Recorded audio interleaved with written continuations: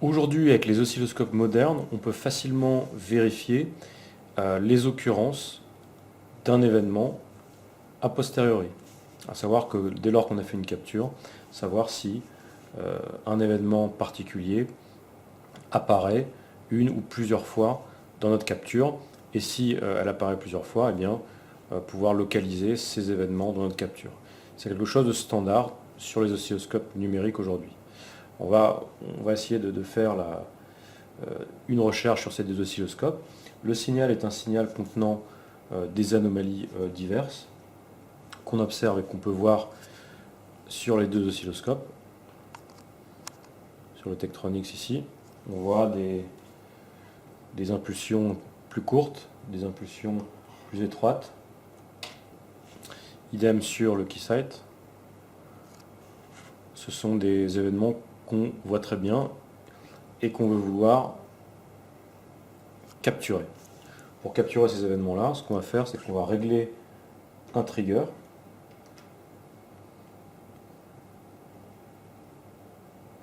On va régler les seuils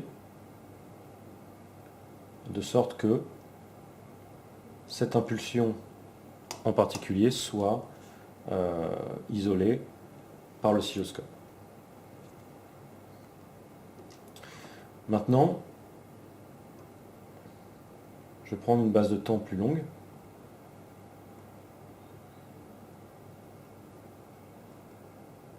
Une milliseconde par division, par exemple. Je vais augmenter ma quantité de mémoire à 5 mégapoints. Je fais un monocoup. Je retrouve le signal sur lequel j'ai déclenché, qui est ici. Et l'idée, c'est de savoir si maintenant, est-ce que dans mon acquisition, il y a d'autres signaux de ce type. Bien sûr, je pourrais utiliser le zoom et défiler sur toute ma capture, mais ça serait bien sûr beaucoup trop long. Donc, on va utiliser l'outil de recherche intégré à l'oscilloscope, dans lequel on a la possibilité de copier les paramètres de trigger dans les paramètres de recherche. L'oscilloscope, après quelques secondes, nous dit qu'il en a trouvé 3 événements semblables et il les marque à l'écran par des petits triangles en haut de l'écran. Et avec les flèches, on peut passer effectivement de l'un à l'autre dans la capture. Donc le premier se trouve ici, le deuxième se trouve là et le troisième se trouve là.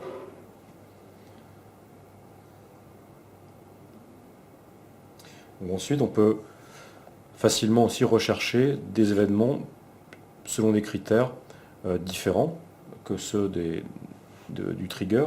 Par exemple, je voudrais marquer à l'écran maintenant toutes les impulsions plus petites que 50 nanosecondes. Je vais toujours dans mon menu recherche, je change les critères de recherche, largeur d'impulsion, plus petit que 40 nanosecondes par exemple. Et de la même façon, il en a trouvé 3 et il me marque les impulsions qu'il a trouvées. Donc a posteriori, à partir du moment où les points ont été stockés en la mémoire, on peut rechercher tout type d'événements dans la mémoire. Faisons la même chose avec l'oscilloscope Keysight.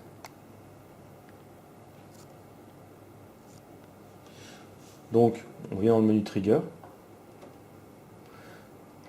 déclencher sur un runt. Il faut s'assurer de bien régler les seuils.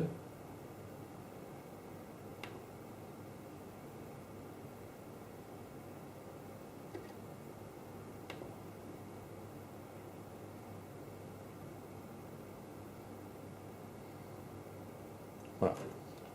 Là, l'oscilloscope capture bien systématiquement le signal qui nous intéresse.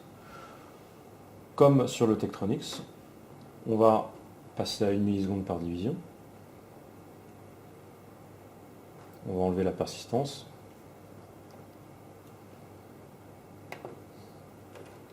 Et on fait une capture.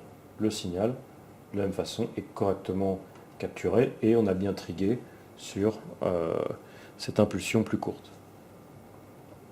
On appuie maintenant sur le bouton recherche. et on va rechercher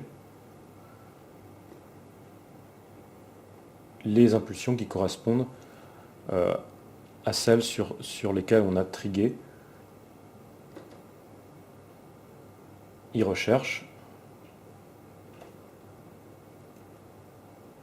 et il dit ici qu'il en a trouvé au moins une. Voilà, il dit qu'il en a trouvé un nombre supérieur ou égal à 1, ce qui est normal puisque on a trigué sur celle-là, donc c'est au moins celle-là. Ensuite les autres, eh bien, il ne les a pas trouvés. À cette base de temps-là, il devrait y en avoir une ici et une là. Or l'oscilloscope ne les a pas trouvés. Faisons la même chose avec l'impulsion.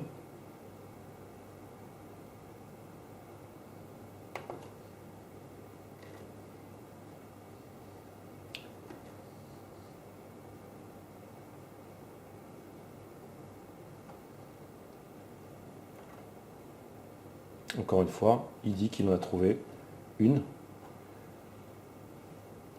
qu'elle est ici. Mais en fait, il y en a 3 et les 2 autres sont passés inaperçus. Encore une fois, cette limitation peut s'expliquer par l'architecture du mégazoom qui travaille sur un nombre de points réduit. En l'occurrence, quand on fait une recherche sur des fronts, on se rend compte qu'il trouve uniquement les fronts qui sont dans une portion autour du trigger.